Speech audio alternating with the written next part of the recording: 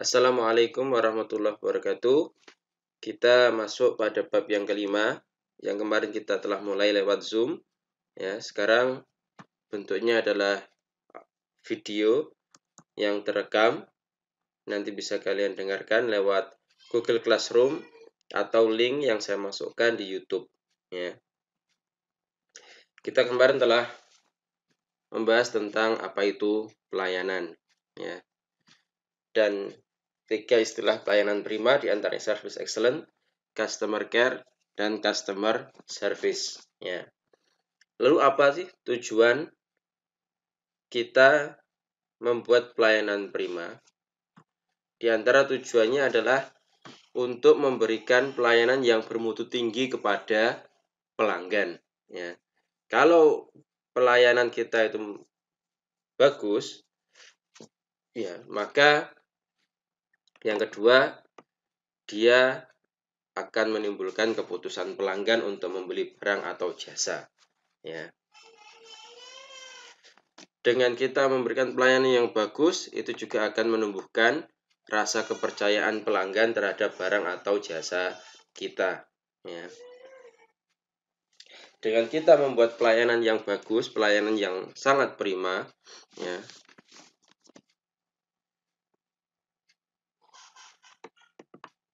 agar tidak terjadi hal-hal yang tidak diinginkan di kemudian hari. Ya, gitu.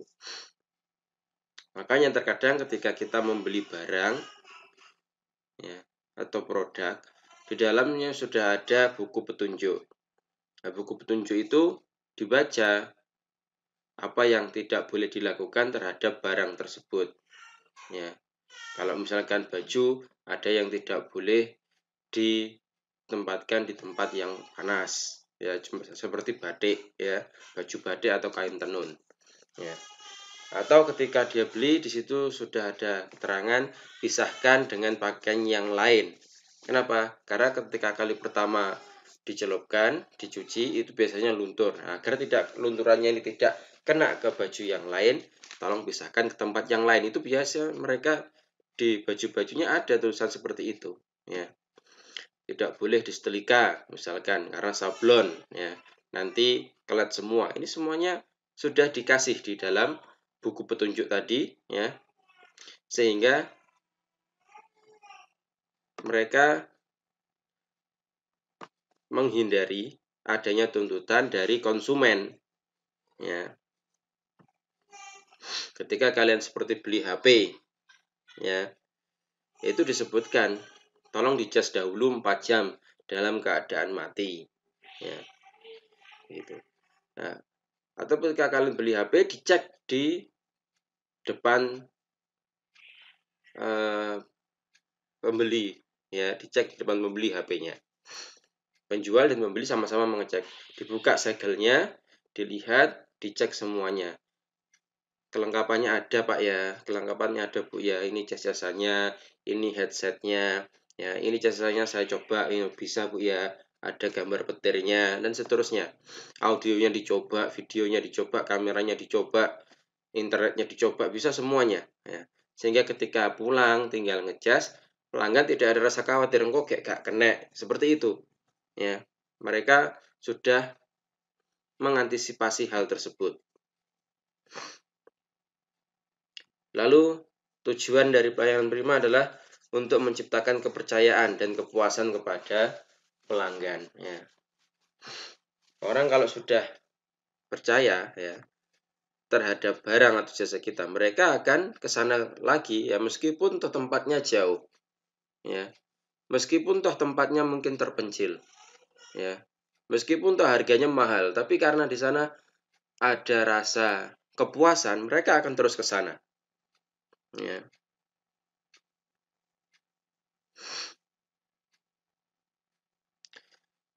Ya, selanjutnya untuk menjaga agar pelanggan merasa diperhatikan.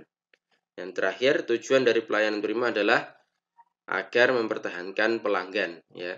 Tetap setia terhadap barang dan jasa yang kita tawarkan. Tetap setia membeli produk di tempat kita. Seperti itu, ya. Dan pelayanan prima ini adalah pelayanan yang benar-benar memprioritaskan pelanggan. Pelanggan itu diibaratkan seperti orang-orang marketing, ya, dia adalah pembeli adalah raja. Seperti itu. Jadi dia mau apa dilayani. Ya. Dan pelayanan prima adalah pelayanan juga yang ramah, ya. Pelayanan yang cepat. Seperti itu. Ini sudah kita bahas apa itu service excellent, apa itu customer care, dan apa itu customer service. Pengertian pelanggan juga sudah kita bahas, dan harapan pelanggan internal eksternal juga kita bahas. Sekarang kita masuk ke 6A, konsep pelayanan prima. Ya, dulu di kurikulum 2006, ya, sebelum kurikulum 2013 ini, konsep pelayanan prima hanya 3A, yaitu ability, attitude, dan attention.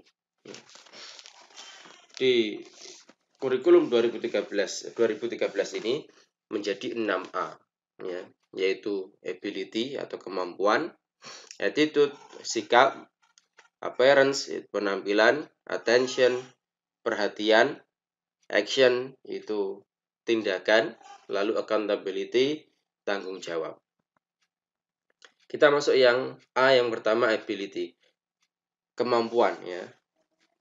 Seorang penjual, ya, atau seorang humas, dia harus mampu, ya, dalam berhubungan dengan khalayak ramai. Kemampuan apa yang harus dimiliki oleh seorang humas? Yang pertama adalah mampu ketika dia harus berkomunikasi, baik komunikasi secara langsung, ya, maupun lewat telepon, itu mampu berkomunikasi. Lalu dia juga mampu untuk beradaptasi dengan lingkungan. Dia juga harus mampu memahami psikologi sosial, ya, yang dulu pertama kali di bab yang pertama, bahwa ilmu humas ini berhubungan dengan ilmu psikologi, ya.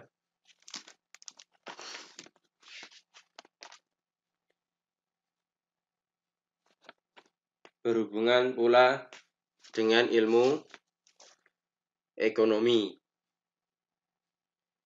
dan berhubungan pula dengan ilmu sosiologi, ya. Kita berkomunikasi dengan orang yang dia mempunyai, mohon maaf, tingkat pendidikan yang rendah. Maka cara berkomunikasinya akan berbeda dengan orang yang memiliki tingkat pendidikan yang tinggi, ya. Kalau orang tingkat pendidikan tinggi, mungkin dia banyak baca, banyak lihat berita di televisi, ya, tahu informasi terkini, ya. Tapi orang yang tingkat pendidikan rendah tidak begitu, ya.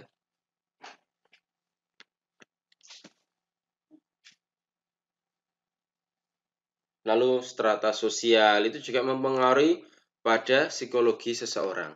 Nah, mereka harus tahu hal tersebut, yang nanti kita akan belajar tentang hal tersebut, ya. Apakah dia orang yang bertipe begini atau tipe begitu, bagaimana cara menghadapinya, ada di dalam pelajaran ini tentang memahami psikologi kepribadian seseorang. Lalu dia bisa menghadapi situasi dan kondisi dengan kreatif dan inovatif. Yang ini kemarin sudah saya jelaskan. Yang selanjutnya dia mampu untuk mengendalikan emosi, ya. Yang kedua, attitude atau sikap, ya. Yaitu penampilan atau suatu yang harus ditonjolkan dalam menghadapi pelanggan, ya. Yaitu diantaranya dia harus menghindari sikap a priori. A priori adalah sikap curiga terhadap pelanggan, ya.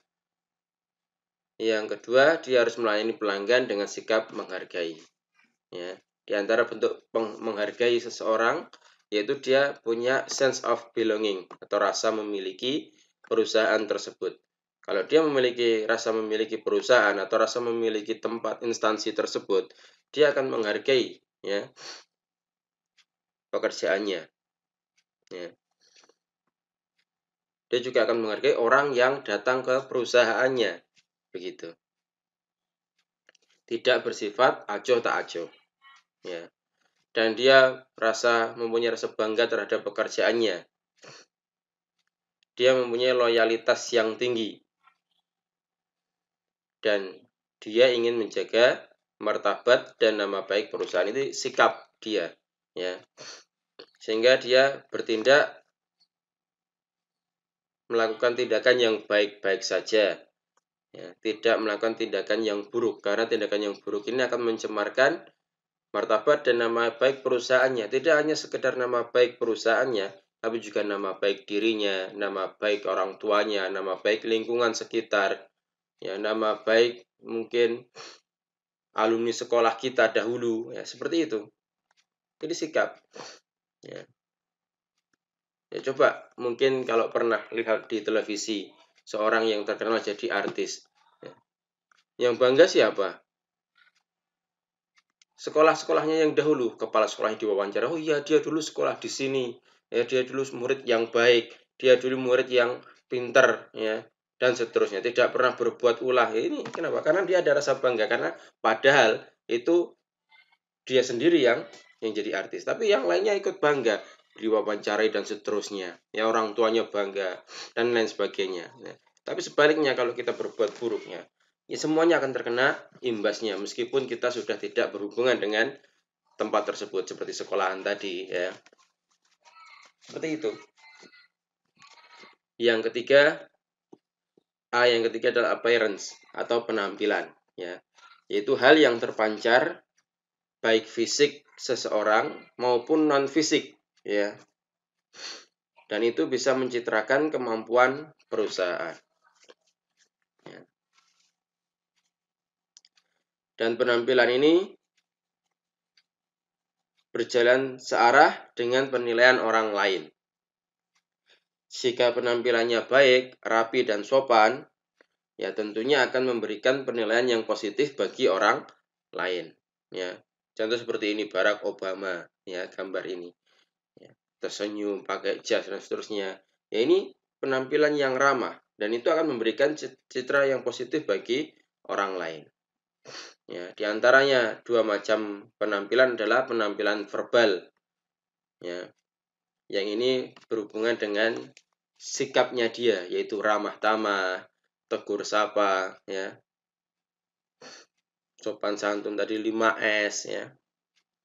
Lalu yang kedua penampilan nonverbal tentang cara berpakaian mereka, ya.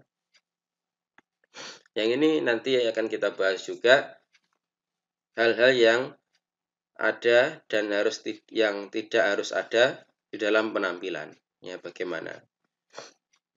Yang perlu diperhatikan di dalam pemilihan busana dan aksesoris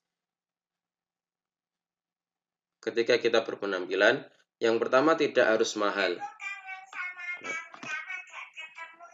dan tidak perlu harus bermerek, ya. Yang penting nyaman, ya. Yang kedua, penampilan harus rapi, bersih, pantas, dan serasi. Ya, dilihat disetrika apa tidak, ya, kancingnya ada semua atau tidak, dan seterusnya. Ini semuanya dicek.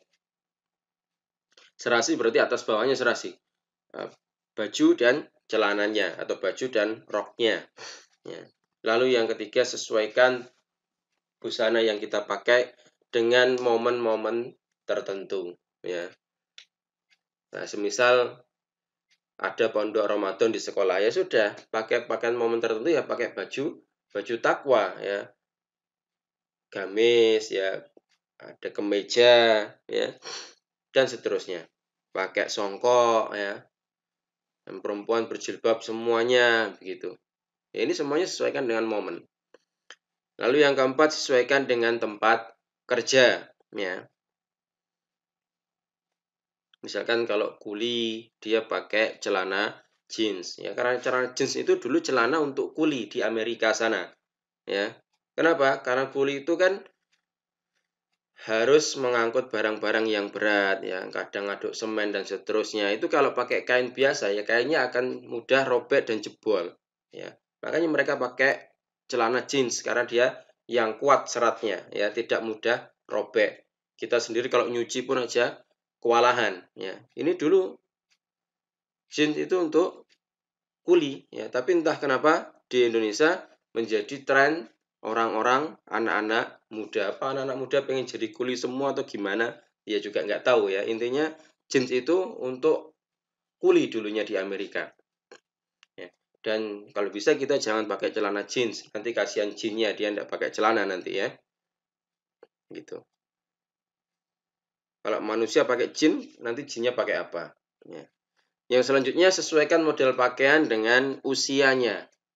Ya, seperti kalian anak-anak muda, usianya anak-anak muda biasanya pakai kaos yang ada tulisan-tulisan macam-macam, kadang tulisan-tulisan aneh-aneh, ya, seperti itu. Tapi kalau orang-orang tua dia nggak terlalu banyak tulisan, ya cukup badian mereka sudah, ya cukup bagi mereka orang-orang tua. Apalagi kalau anak-anak kecil, ya, pakaiannya bagaimana? Banyak gambarnya, ya. Tidak ada tulisannya karena mereka belum bisa baca, tapi banyak apa? Banyak gambarnya. Ya. Tapi kalau anak-anak muda, ya ada tulisannya, ya. Yang di belakang ada tulisannya, depan ada tulisannya, ya seperti itu. Lalu ketika kita memilih aksesoris, ya sesuaikan baik itu warnanya, ukuran, dan bentuknya. Lalu sesuaikan aksesoris dengan busana yang dipakai, ya. Kalau bisa pakai aksesoris ya jangan terlalu banyak, ya cukup aja satu sebagai pemanis, ya. Jam tangan satu cukup, jangan dua. Ya kalau kamu wasit gitu ya dua enggak apa-apa, wasit sepak bola, wasit basket, ya. Itu enggak apa-apa dua, tapi kalau bukan apa-apa ya cukup satu, ya sebagai pemanis. Cincin ya cukup satu, ya. Ake ya cukup satu, jangan lima-limanya dipakein ake semuanya. Ini enggak, tentu enggak cocok, enggak serasi, ya. Bentuknya ya sederhana, yang kecil, ya. Sedengan lah, jangan terlalu besar begitu. Ya.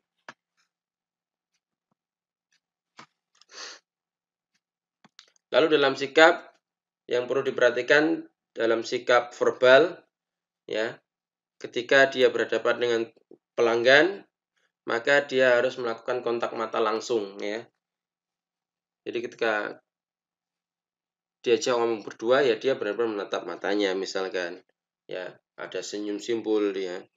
Seperti yang foto yang kemarin, para teller menghadapi pelanggannya, para CS menghadapi konsumennya, ya.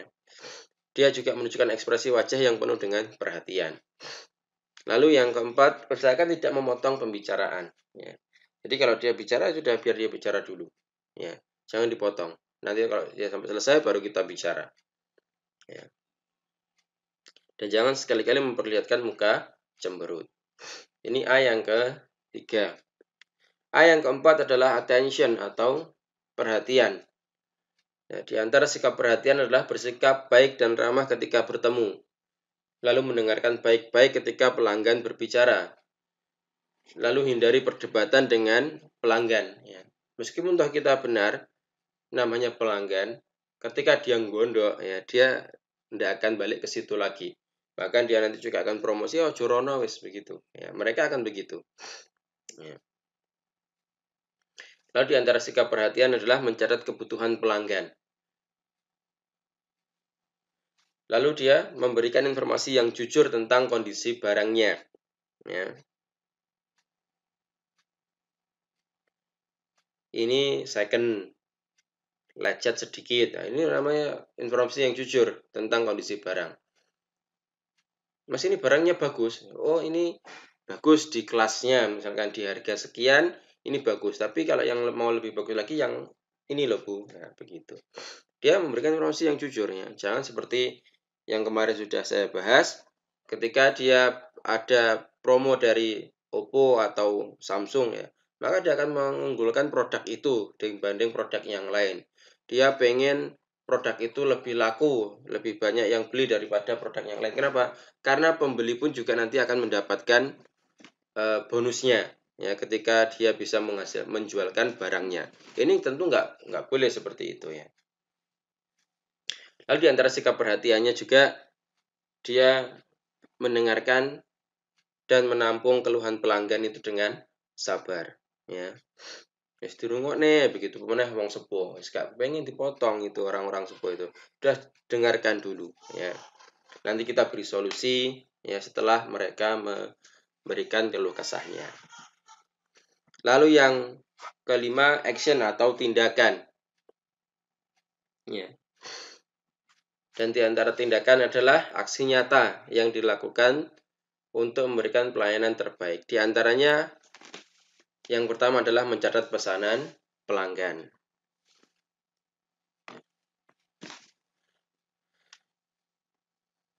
Lalu yang kedua mencatat kebutuhan pelanggan. Nah, kebutuhan pelanggan ini kita harus tahu tentang sifat dan tingkat konsumsi pelanggan. Ada yang dia kebutuhannya jenis layanannya tertentu yang disukai, misalkan sukanya drive-thru, maka penjual akan mengadakan drive-thru. Kita tahu misalkan di McD dulu, ya ada McD drive-thru, ya, sehingga kita nggak perlu turun mobil. Bagi mereka yang sibuk, yang pengen segera berangkat kerja, maka nggak bisa kalau dia harus makan di tempat. Maka dia butuh adanya drive-thru. Ya. Penjual harus tahu tentang kebutuhan pelanggan yang seperti itu, maka dia mengadakan drive-thru. Atau ada pelanggan yang tidak pengen keluar rumah karena isolasi mandiri, atau memang harus bekerja dari rumah. Ya, maka dia mengadakan pelayanan pesan antar, ya, pesan antar gratis. Ya. Ini harus seperti itu. Harus tahu tentang kebutuhan pelanggan. Atau memang kebutuhannya pengen makan di tempat, ya. Ada harus menyediakan tempat juga di situ. Ya. Lalu tentang sifat dan tingkat konsumsinya harus tahu tentang kebutuhan barangnya, ya. Ketahanan barang, ya. Tentang ketahanan barang, apakah barangnya tahan lama ataukah dipakai sebentar rusak, ya. Ini berkaitan dengan kualitas biasanya, ya. Lalu berapa jumlah pesanan yang biasa diambil oleh pelanggan, ya. Ada yang ambil grosir, ada yang ambil ecer, ya. Mereka penjual harus tahu itu, ya, harus menyediakan. Kalau mau barang grosir ini di sebelah sini kiri, kalau mau barang ecer ini di sebelah kanan, harganya beda. Ya, dan ambil barangnya pun juga berbeda. Mungkin kalau kamu pernah ke toko alat tulis, ya, entah itu mungkin Sahabat Baru atau mungkin di toko 9, itu mereka menyediakan dua macam jumlah pesanan yang akan dipesan oleh pelanggan.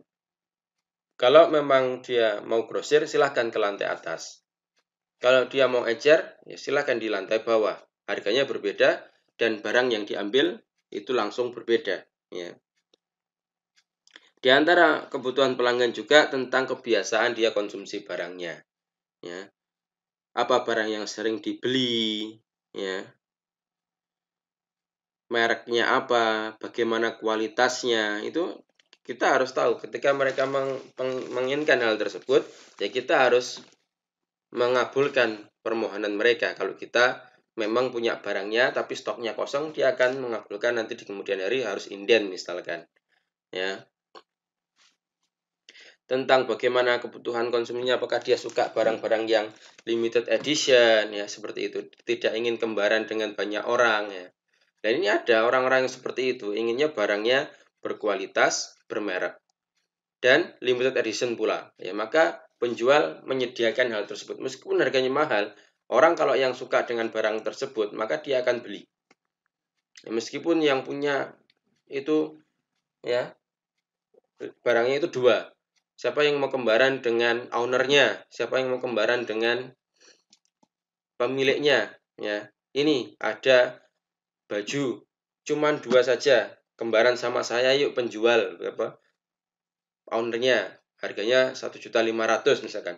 Ya, orang yang suka dengan barang tersebut ya akan beli, karena nggak akan sama dengan yang lainnya, begitu. Inilah, jadi mereka tahu kebutuhan pelanggan. Jadi penjual itu harus mikir itu tadi ya, sehingga dia memberikan barang yang limited edition, yang berkualitas dan yang bermerek ya. Lalu kapan dia konsumsi barangnya ya. Nantinya kapan dia ganti barang, apakah seminggu sekali, apakah sebulan sekali, ataukah setiap 3 bulan sekali, atau mungkin setahun sekali, seperti itu. Kita ambil contoh yang setahun sekali seperti kalender ya. Maka orang akan membuat kalender baru di tahun depan itu pada bulan November, Desember. Kenapa? Karena pasti nanti akan laku di bulan itu ketika dia menjual. Dan dia tidak akan membuat kalender baru di pertengahan bulan. Kenapa? Karena tidak akan laku. Dan dia apa mas, toko kalender tahun ngarep kok pasti pertengahan bulan tahun ini misalkan. Atau ini kita Januari, kita sudah bikin kalender 2022. Yang belum laku itu. Kenapa? Karena belum waktunya. Ya. Kita ambil contoh juga alat tulis ya, buku tulis, ballpoint ya, dan seterusnya. Itu akan laku ketika pergantian semester atau pergantian tahun ajaran, sehingga toko-toko buku itu akan nyetok barang-barang tersebut lebih banyak pada bulan-bulan tersebut daripada bulan yang lain ya, seperti itu, sehingga mereka tahu kebutuhan pelanggan kapan ganti barang mereka ya. Kecuali kalau memang barang-barang yang sering habis ya, yang cepat habis seperti beras ya, sikat, sabun ya, odol, maka mereka akan menyetoknya ya meskipun tiap bulan akan sama atau mungkin bahkan lebih ketika momen tertentu ya. Ya. Kapan konsumsi produk tertentu ya, maka dia akan nyetoknya juga lebih banyak. Contohnya misalkan waktu puasa ya, dia akan nyetok produk tertentu seperti makanan itu lebih banyak daripada bulan yang lainnya ya, seperti itu. Dan ketika puasa akan banyak orang-orang jualan makanan di pinggir-pinggir jalan ya, karena dia tahu oh mau buka puasa pasti banyak yang cari takjil ya, seperti itu. Lalu yang ketiga di antara bentuk action adalah menegaskan kembali kebutuhan pelanggan. Ketika dia beli barang yang ada mereknya, ada ukurannya, dia akan ini benar Pak ya, ini ukurannya M, ini ukurannya L, ini tipenya itu, warnanya ini. Mereka akan menegaskan itu. Setelah itu baru dia mewujudkan kebutuhan pelanggan.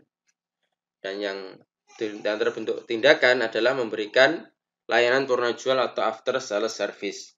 Ya, seperti memberikan garansi, seperti servis gratis ya ketika setelah beli barang atau rusak ganti baru, itu namanya layanan purna jual. Lalu mengucapkan terima kasih dengan harapan pelanggan akan kembali, ini bentuk tindakan. Dan terima kasih tidak hanya sekedar ucapan, terkadang juga bentuk diskon, bentuk voucher ya dan lain sebagainya, bentuk cashback ya itu. Lalu yang 6A yang terakhir adalah accountability atau tanggung jawab, yaitu tanggung jawab kepada pelanggan untuk meminimalisir atas ketidakpuasan pelanggan ya. Ini seperti tadi saya contohkan, dia sudah memberikan manual use, buku petunjuknya. Nanti jika terjadi demikian, yang bisa dilakukan Bapak untuk barang ini adalah demikian. Jika ternyata tetap tidak bisa, silakan hubungi customer service terdekat. Nah, ini namanya tanggung jawab. Ketika dia sudah membeli barang, ternyata dibenarkan sendiri kok tidak bisa, dia telepon customer service akan datang. Maka menjadi customer care tadi, perhatian kepada pelanggan. Ya, seperti itu tentang 6A accountability. Ya.